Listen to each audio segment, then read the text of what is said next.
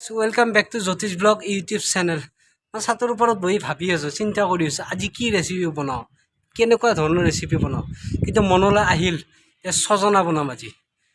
ছজনাটো মানে সৰিয়হ দি বনাম আমাৰ নলবাৰী ষ্টাইলত। খাই কেনেকুৱা লাগে ক'ব, আপোনালোকে ঘৰত বনাব পাৰে। আৰু মই এনেকৈ বিভিন্ন ধৰণৰ মানে ৰেচিপি ভিডিঅ' বনাই আছোঁ। আপোনালোকে দেখিছে চিকেন টিকেন মানে কি মাটন চাটনো বনাইছোঁ আৰু চাটনি তাটনি বনাইছোঁ। চ' সকলোৱে চাই থাকিবচোন, ৰোল বনোৱা ভিডিঅ'টো চাব আৰু এনেকৈ ভিডিঅ' চাই থাকিব আৰু মোক ছাপোৰ্ট কৰিব। বলক আজি ৰেচিপিটোলৈ আগবাঢ়ো। আৰু মোৰ যদি ভিডিঅ'টো চাই ভাল পায় আজি লাইক এটা কৰি দিব প্ৰথমতে। আৰু বলক ভিডিঅ'টো আৰম্ভ কৰোঁ। নলবাৰী ষ্টাইলত সৰিয়হ দি ছজনা। বলক। ছজনা বনাবৰ কাৰণে মই লগত 1 পোৱা ছজনা লৈছোঁ। মই একেডাল সৰু সৰুকৈ কাটিম। প্ৰথমতে বাকলি গুচাব লাগিব। ছজনাটো এনেকুৱা চাইজত কাটি লৈছোঁ, দেখিছে। এনেকুৱা চাইজত কাটি ল'ব আপোনালোকে, বাকলিটো গুচাই পিনে এইটো, ঠিক আছে। আৰু ইয়াৰ লগত মই আলু কাটিম, এটা আলু দিব লাগিব। ইয়াৰ লগত মই এটা আলু কাটি দিছোঁ ইয়াতে, ঠিক আছে। এটা আলু কাটি দিছোঁ, এইখিনি ভাজিব লাগিব তেলত। প্ৰথমতে চেঙতে মই ৰেডি কৰিছোঁ। এতিয়া আদা আৰু নহৰু আৰু সৰিয়হটো জিকাই দিছিলোঁ, যিহেতু পানীটো যাব দিছোঁ। আৰু মই মিক্সিত এইখিনি বস্তু পিচি দিম। মিক্সিত পিচি দিব লাগিব। তাৰপিছত আপোনাৰ এই আদা নহৰুখিনি ইয়াতে একেলগে পিচিব লাগিব। অকণমান পানী দি দিব লাগিব ইয়াতে। পানীৰ পৰিমাণটো অলপ কমাই দিব, বেছি নিদিব। মই পানী দি দিছোঁ অকণমান ইয়াতে। ইয়াৰ পিছত মই মিক্সিত ঢাকনি পাত লগাই দিম। লগাই দি পিনে মই মিক্সিত এইটো পিচি ল'ম। মই এতিয়া মিক্সিত পিচি ল'লোঁ এইটো বস্তুটো, চাব দেখিছে। মিক্সিত পিচি ল'লোঁ, এনেকৈ কৰি ল'ব। তাৰপিছত বাতি এটাত ওলাই ল'ব লাগিব। মই মিক্সিত বাতি এটাত ওলাই লৈছোঁ আৰু এইখিনি বস্তু ৰেডি কৰি লৈছোঁ। ছজনা বনাওঁতে এটা বস্তু ভাল, কোনো জটিল নাই বস্তু, বহুত সহজ বনোৱাত। আৰু দেখিছে মই আদা নহৰু আৰু সৰিয়হ একেলগে পিচি লৈছোঁ। এইফালে আলু এটা কাটিছোঁ আৰু মই ছজনাকেইটা কাটি লৈছোঁ। আৰু কেৰাহীখন বহাই দিছোঁ মই গেছত। আৰু মই ইয়াতে তেল দিম। কেৰাহীখন গৰম হৈ গৈছে অলৰেডি। ইমানমান তেল দিব। ইয়াৰ পিছত প্ৰথমতে আপোনালোকে আলুখিনি ভাজি ল'ব অলপমান। আলুখিনি অলপ ৰঙচুৱা হোৱাৰ পিছত মানে ছজনাখিনি দিব লাগিব। প্ৰথমতে এইখিনি ভাজি ল'ব লাগিব। অলপমান ভাজি ল'ব লাগিব আলুটো ৰঙা হোৱাৰ পিছত ছজনাখিনি মই ঢালি দিম ইয়াতে।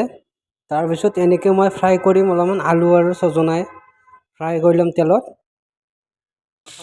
এনেকৈ দেখিছে অলপমান কালাৰিং হ'ব লাগিব। তাৰপিছত মই হালধি দিম 1 চামুচ আৰু মই ইয়াতে দিম নিমখ 1 চামুচ। এইখিনি বস্তু মিলাই লওঁ। তাৰপিছত মই এইখিনি লৰাই দিম। লৰাই দি পিনে লৰাই থাকিম। তাৰপিছত লৰাই থাকিব। ইয়াতে মছলা পাতি একো দিব নালাগে। এনেকৈ ধৰি লৰাই থাকিব 5 মিনিটমান, যেতিয়ালৈ কালাৰটো নুঠে আপোনাৰ ছজনাৰ কালাৰটো। অকণমান লৰাই থাকিব লাগিব। ইয়াৰ পিছত মই দিম পিচি থোৱা সৰিয়হখিনি। তাৰপিছত মই 5 মিনিটমান লৰাই থাকিম। মই 5 মিনিটমান লৰাই থাকিব লাগিব, তেতিয়ালৈ মানে বস্তুটো মিক্সাৰ নহয়, তেতিয়ালৈ লৰাই থাকিব লাগিব। এনেকৈ লৰাই 5 মিনিটমান পিছত আপুনি ইয়াতে দিব লাগিব 1 গিলাচ 1.5 গিলাচ পানী। 1 গিলাচ পানী লৈছোঁ ষ্টিল গিলাচত। আৰু মই এই গিলাচটো ল'ব 1 গিলাচ পানী আৰু আধা গিলাচ মই পানী দিম। আৰু আধা গিলাচ মই পানী দি দিছোঁ। তাৰপিছত ঢাকনিটো লগাই দিব লাগিব। অলপমান লৰাই লওক, তাৰপিছত ঢাকনিটো দি দিব। 10 মিনিটমান ঢাকনিখন দি থ'ব লাগিব, তেতিয়া ছজনাটো সিজিব। 10 মিনিট হোৱাৰ পিছত ঢাকনিটো মই খুলি দিছোঁ, দেখিছে পানীটো শুহি আছে। আকৌ শুহিব লাগিব অলপমান। ফাইনেলি মোৰ ছজনা হৈ গ'ল। 20 মিনিটৰ পিছত ছজনা মোৰ ৰেডি। আৰু অলপমান গ্ৰেভি থাকিব দিব। পিছত তেতিয়া বস্তু শুকাই যাব, তেতিয়া খাবলৈ ধুনীয়া লাগিব। দেখিছিলে হৈ গ'ল। এতিয়াতো ভাল হটকেছ এটাত মই থৈ দিম। এতিয়া হৈ গ'ল মোৰ ছজনা। মই হটকেছ এটাত উলিয়াই লৈছোঁ মই বস্তুটো। দেখিছে কি ধুনীয়া এটা হেৰি আহিছে। আমাৰ নলবাৰী ষ্টাইলত এনেকৈ বনায় নলবাৰী পিনে। আৰু আপোনালোকে ট্ৰাই কৰিব পাৰে ঘৰত, এনেকৈ বনাব পাৰে। সৰিয়হেদি ছজনা একবাৰ বনাই পেলাই ট্ৰাই কৰি খাই চাবচোন কেনেকুৱা লাগে।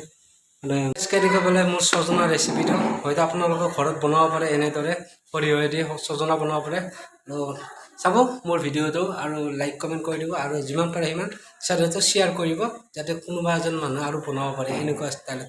বহুতে বিভিন্ন ধৰণত খায়, কিন্তু মই সৰিয়হেদি বনাই চাইছোঁ। আপোনালোকৰ ঘৰত এনেকৈ ট্ৰাই কৰিব পাৰে। নেক্সট ভিডিঅ'ত লগ পাম। আৰু ভিডিঅ'টো ভাল হ'লে লাইক কৰি দিব। Bye bye.